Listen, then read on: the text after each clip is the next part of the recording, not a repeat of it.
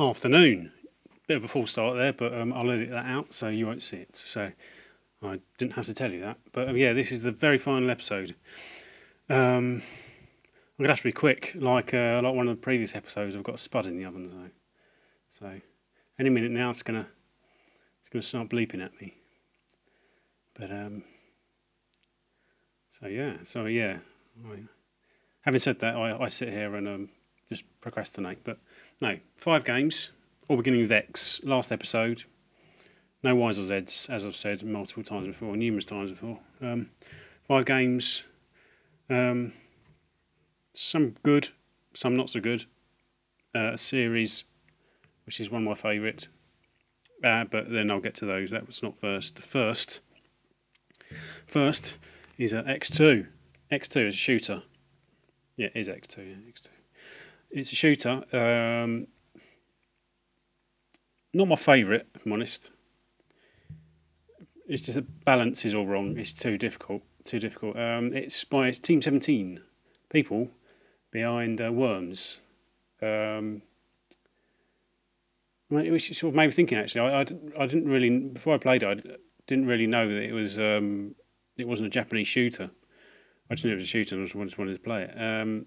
But having played it, it sort of felt slightly different from other shooters I've played. I mean, it made me think that most other shooters I've played would have been Japanese made, and this isn't. And it feels slightly different. It's almost as if they sort of tried to recreate sort of a shooter, a Japanese shooter, using all the formula, but there's something slightly off. And I think the balance is just wrong because it's too difficult from the beginning.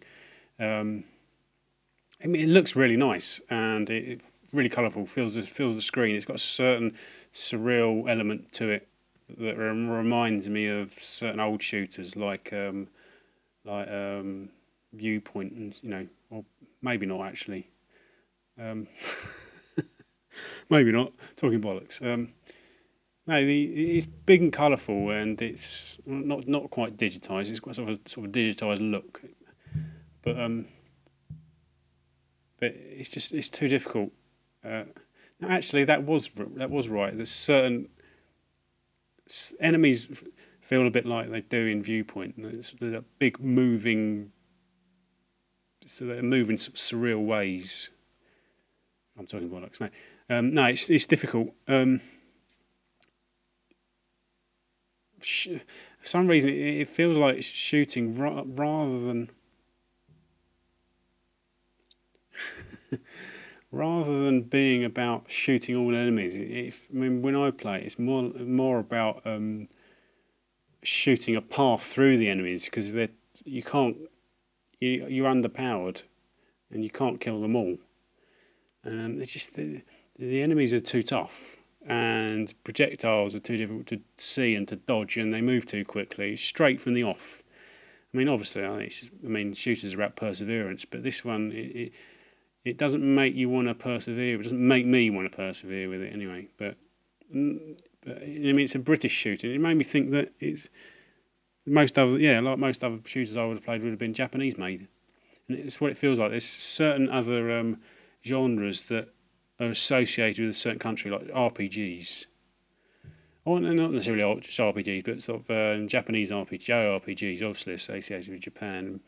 And certain games I've played which have tried to recreate that experience, and it feels slightly off.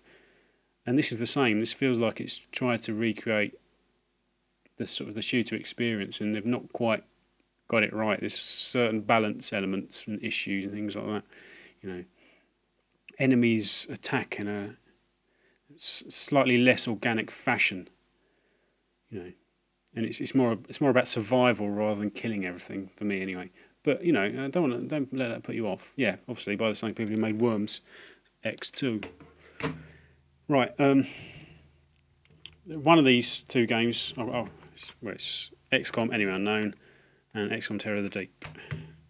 This one, out of all of my PlayStation 1 games, it's the one I've never actually put in the machine to test. I didn't really feel like I needed to. Never played it. I'll tell you why. This game, unless you're really methodical, can be tough. I mean, you have to have sort of proper method in your head, and then it becomes easy. This game, it takes the sort of certain difficulty of the first game and just ramps it up, just twists the dial up to 11, and there's certain enemies. I mean, I've watched LPs of it, Let's Plays, and I've watched numerous Let's Plays just fail, but then you sort of persevere with it, and you have to accept the failure.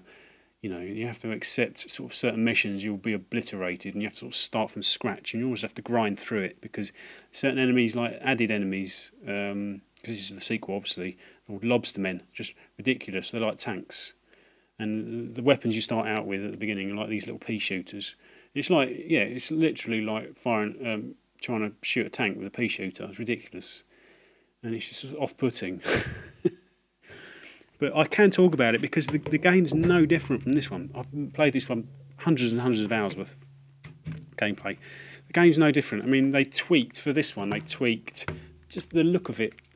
It's sort of set under sea. This is just sort of normal, like global setting. It's set under the sea. There's certain sort of aquatic themed enemies like lobstermen. Like in this one, they're sectoids. In this one, they're aquatoids. And there's certain new sorts of aquatic themed missions, like you have to infiltrate trawlers and things like that, and you know, just. But other than that, it's exactly the same game. It looks slightly different, but the icons are all in the same place. You know, they all do the same thing. It's just a lot harder, and it's just it intimidated me because I experienced this one, and from what I've seen of that game, it intimidated me. Although I didn't feel like I necessarily needed to play it, you know, yet. It will get played, but if I had a crack on my case now, it will get played. I'm just a pussy. I'm a bottler. But yeah, well, this game is, what can I say about this game? It's bloody fantastic. This isn't the best version, by the way. Best version will be the PC version, I think. Or yeah. Because the Amiga version's got like something ridiculous, like 12 discs or something. Maybe that's a slight exaggeration. Maybe it's near 8 or 6, but it's got lots of discs. But this one, yeah, I mean, get the Steam version. Steam version's dirt cheap. This one, there's certain aesthetic tweaks they've had to make, like there's extra elements. Like they've tweaked the ending. The ending's better on the PC version. The ending's pretty rubbish on this. And certain things like smoke effects, you don't really get the full idea that it's smoke. It's just like little puffs of smoke, and you have to sort of fill in the gaps in your head. Whereas in the Steam version, the PC version, it looks like smoke. But basically, yeah, it's sort of a point and click strategy game.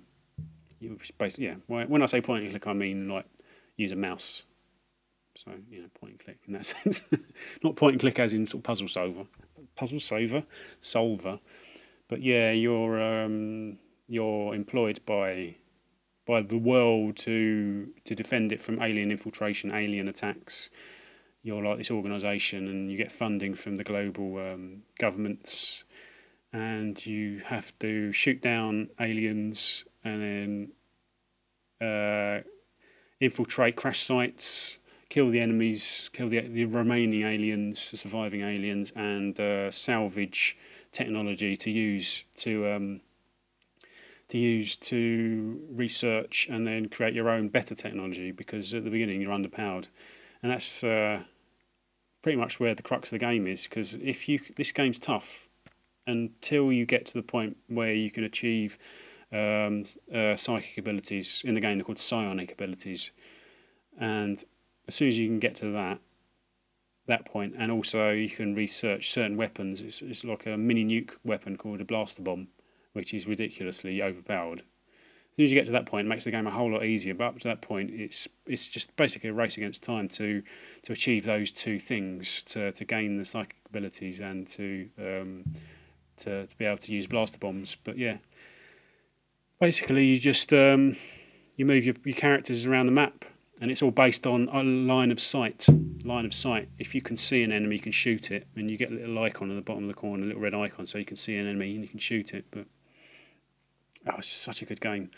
It's tense. I think if any game, I know I'm going to actually. I was thinking actually. There's a lot I want to say about this, but I'm going to miss a load out. But one thing I do want to say: if any game shows that graphics aren't at all integral to creating atmosphere and to creating a good gameplay experience, it's this game. Because I mean, in all honesty, it's one of my favourites. But in all honesty, it looks like a dog. It's shocking.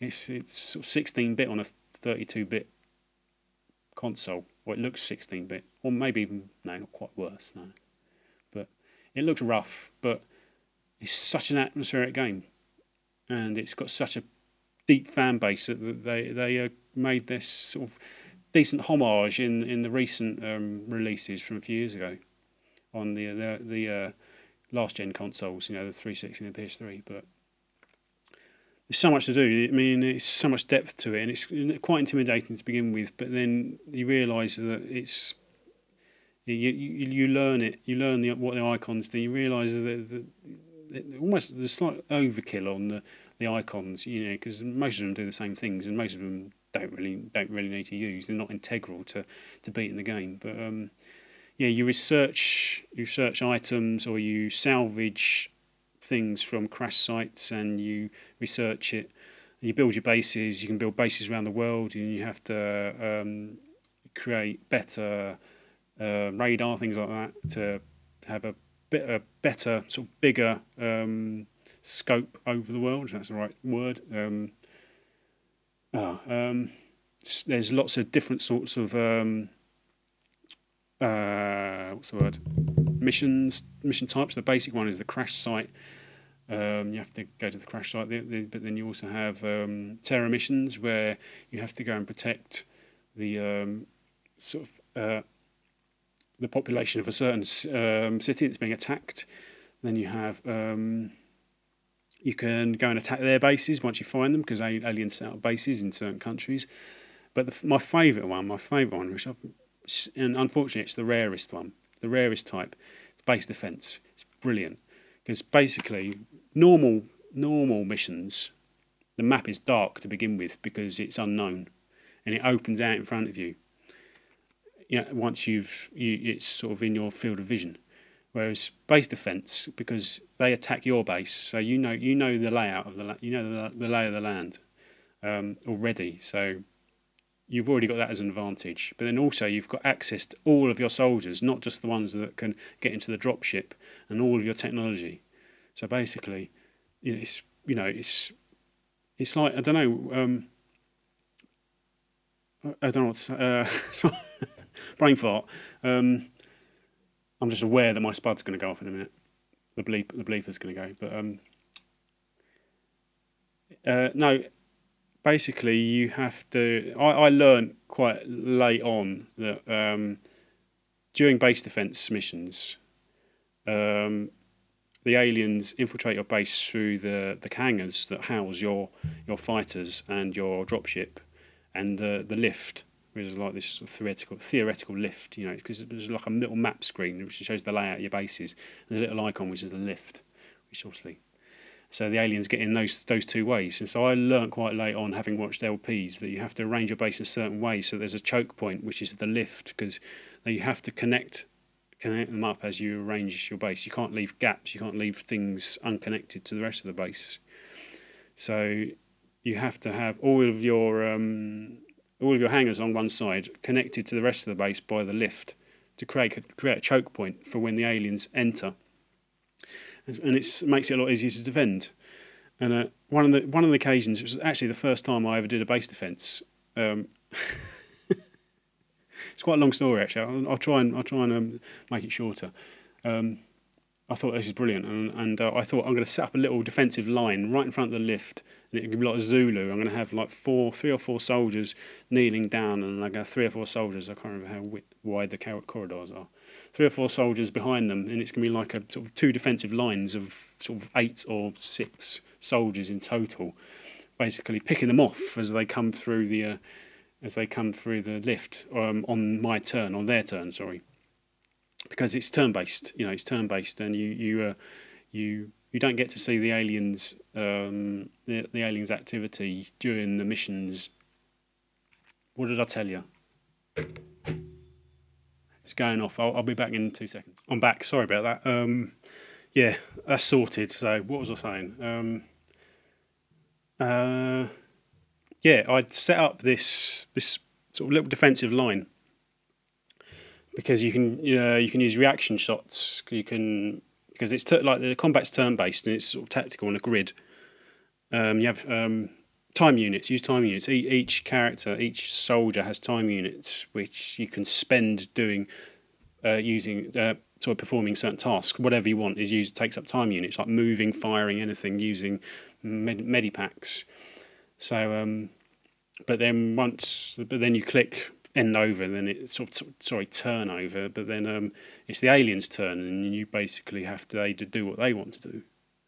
And then once they're finished, and it's your turn again. But obviously, the only way you can defend yourself during sort of the aliens' turn is to retain a certain amount of time units to be used as reaction fire during the aliens' turn, and there's a reaction stat. Each of your soldiers has a reaction stat, which shows you how good they are, how good their reactions are at firing at aliens who walk into their field of vision during the aliens' turn. That's the idea. So I'd set up this little defensive line, and the aliens were coming in right in front of the lift. I set up the line right in front of the lift, and the aliens were coming in, just flooding in one by one. It was snake men, which I thought good, because snake men are easy. And I was one by one, my little soldiers were sort of picking them off, and I was going, this is brilliant. But then totally forgot it, because during base defence missions, it's essentially like a terror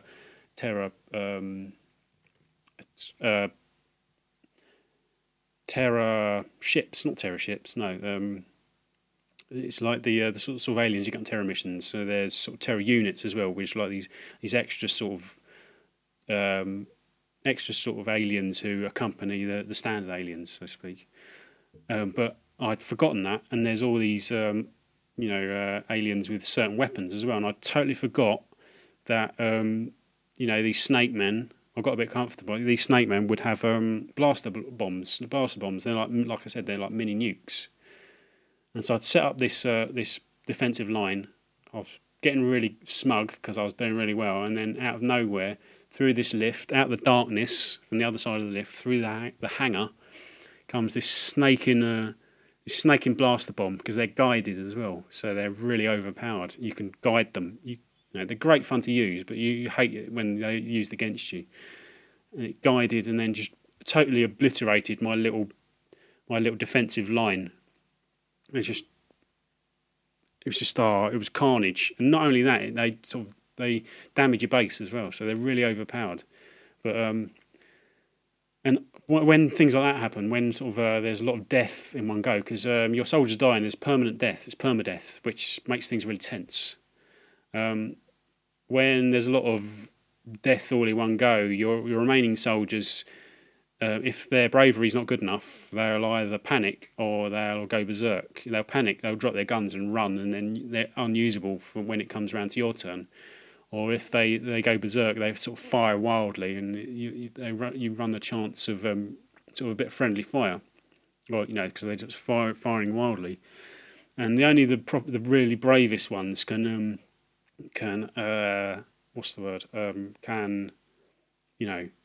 hold it together enough so they're still usable for when it's your turn. So it was just carnage. I thought, no, I'm not going to... I'm not having that. This is too difficult. So I'd saved it, and I wanted to sort of have multiple goes anyway, because it's really good fun. I'd saved it. I was trying, and then I had all these multiple goes, trying to work out the best way to do it without losing any soldiers, because I hate that. Because it's really frustrating losing all their soldiers. It was like, permanently, all these soldiers that you've nursed through all these multiple missions, and they've got all these brilliant stats. All their stats are built up, and they've been through sort of maybe sort of 50 missions, and they've got all these loads of kills and stuff like that. But then they're just wiped out in one instant. I thought, no, I'm not having that. So I had all these multiple goes at trying this base defence without anyone dying.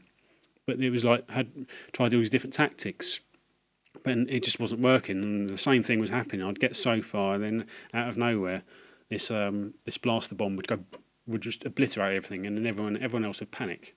So I thought, right, I'm going to try something different. So in your base you have what's the word? You have general stores where you keep generally anything, because you need a certain amount to store all the things you salvage. So I thought, okay, because it works on line of sight, and I need to hide behind a door or something so that they haven't got enough time to react. When they open the door, I will see them, and then I can sort of fire. So I was thinking I could hide in the cupboard or just behind a door. There's like sort of stairways with doors covering them, so you could hide in there. And if they open them, then you're more likely to react first. So I thought I could do that, but then I thought, no. What I'm going to do, I'm going to take all my soldiers, move them all the way over to the general stores, and split them into two, and they're going to go up into the general stores, up the stairs, and then I'm going to create a little into one of the through the doors, and I'm going to create two little defensive positions inside these general stores, because it was really annoying me. It was a slightly extreme tactic, but it was really annoying me because I couldn't quite work out how to not have sort of a total obliteration of my soldiers. So I set up these two defensive positions in these general stores, in one and one in the other, and basically, all with the guns trained on the doorway, and one by one, basically, what I did is I hid in the cupboard. I got all my soldiers to hide in the cupboard. Effectively, that's what happened. One by one, all these aliens. It took years, but one by one they came up the steps, and the reaction was good enough to take them out, and I basically did the whole mission without any of my soldiers dying. I thought, this is brilliant, because there's a certain thing I didn't realise. After 20 turns on this game, your positions are shown to the enemy. They're revealed to the enemy, so they know where you are, so they'll come and get you essentially. Otherwise, it's just everything's black, because the rules are the same for you as they are for them.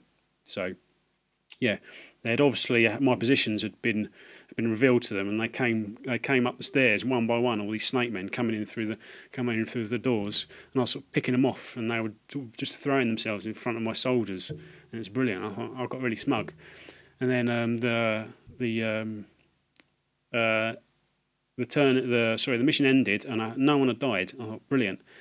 But then I thought, right, I'll get back to the rest of the game now, because I'll save that. I thought, hang on, something's different. What's happened? Something's changed. And they'd only gone and shot up my lab. They'd shot up my lab and obliterated it from the face of the map. I was like, labs are essential for research. You can't really do much without labs. There's no way you can improve your technology without labs. So basically, I had to start again. I thought, after my funny tactic of hiding in the cupboard, I had to start again, and which I thought I won't be doing that again, because they'd shut up my base because I wasn't defending it. I was just hiding in the cupboard. So if you ever play XCOM, don't try hiding in cupboards during base defence missions. Right, two more. Sorry, that took years, didn't it? Apologies for that, but I've got a lot to say. I'm sure there's probably loads I've missed out, but it was always going to take that long, because I've got a lot to say about XCOM. Xevious 3D G+. It's basically a compilation of 4 Xevious games. Unfortunately, I think my copy's a bit iffy. It doesn't look that scratched. It's about a 5 or a 6 out of 10. So I've got an eyelash. About a 5 or 6 out of 10, but it's a bit iffy, because it does tend to freeze and crash. I don't know, a bit. Combination of 4 Xevious games. There's the original Xevious, and there's Super Xevious, and there's Xevious Arranged, and then there's Xevious 3D G+. The first two are really basic, undeniably basic, properly sort of 8-bit shooters, but actually they're a lot of fun, because you have again, these sort of slightly surreal enemies, like you get on Viewpoint. You know, like weird, like sort of what's the word? They're like sort of weird rotating shapes. What's the word for? Can't think of the word of like mathematical shapes. What's that word? There's a certain word.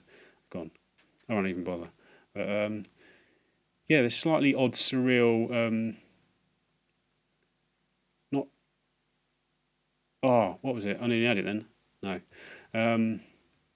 But you know, it's basic. You have this. What's the They've got a funny name. I've forgotten the name of the. I forgot what they're called. A really funny name. It reminded me of Uvavu, like on Shooting Stars. The name of the ship it's a Sol something. Sounds like Uvavu Iranu, but I'm talking bollocks. This is the worst ever episode of my PlayStation 1 collection. But yeah, it's basic. It's a weird game, especially by today's standards, but not unenjoyable. Not unenjoyable. It doesn't really have music until the actual sort of during the game. It's just this weird like noise, which gets a bit annoying.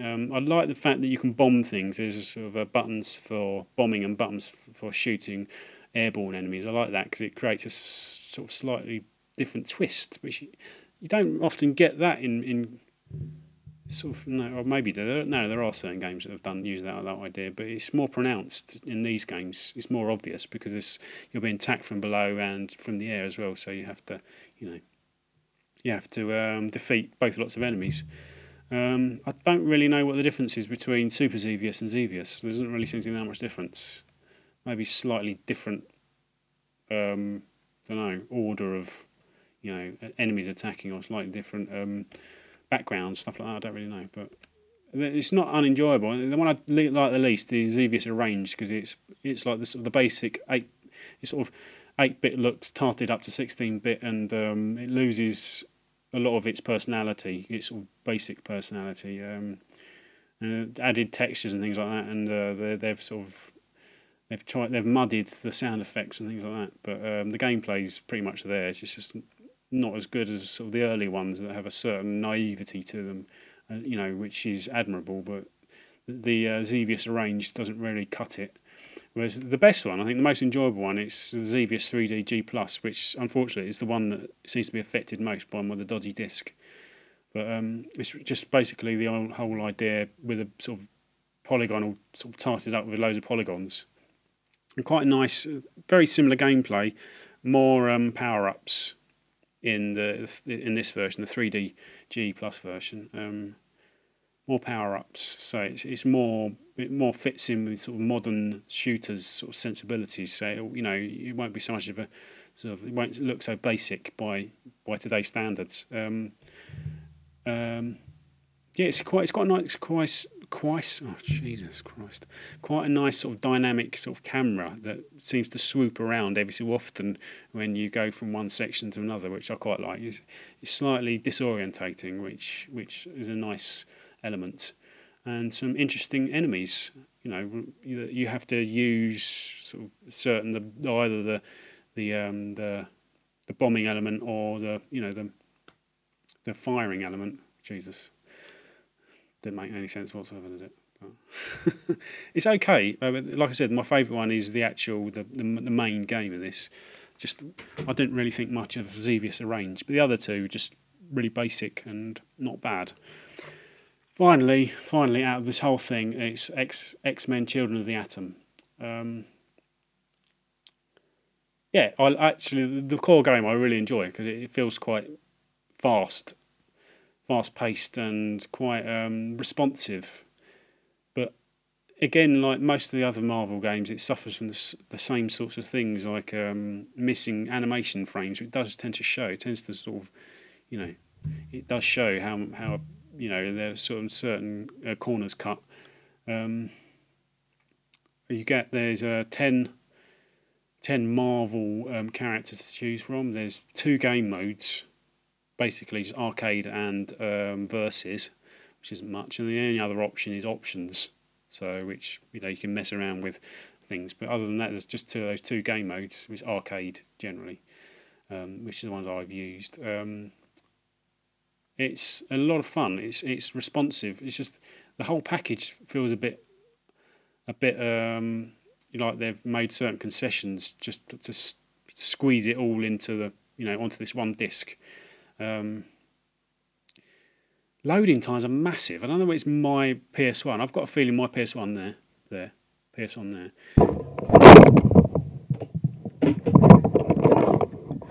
I hope that didn't deafen anyone.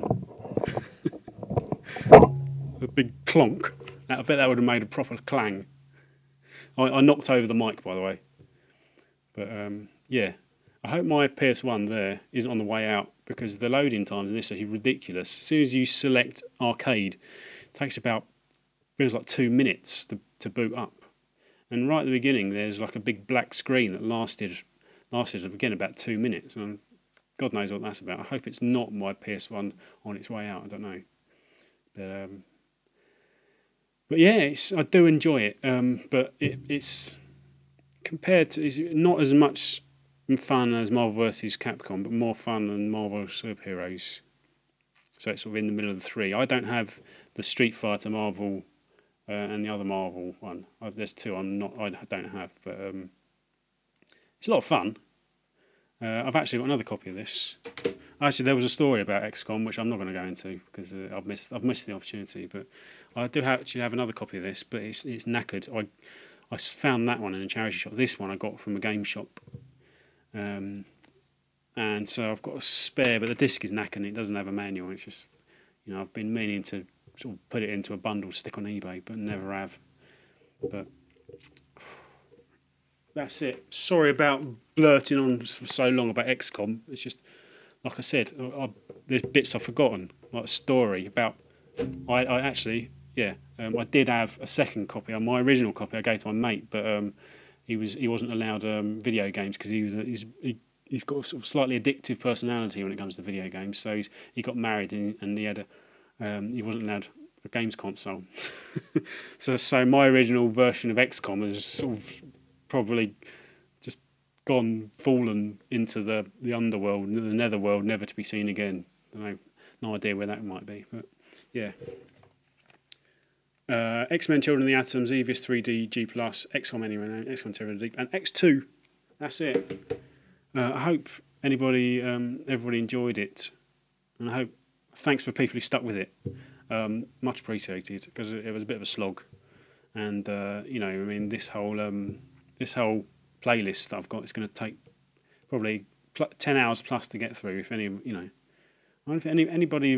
anybody's ever bothered to sit all the way through it in one go, or let me know, and I'll buy you a drink if I ever see you. Don't know what I'm talking about, but yeah, thanks for watching, and thanks to anybody who has sat through it all. Really appreciate it. See you later.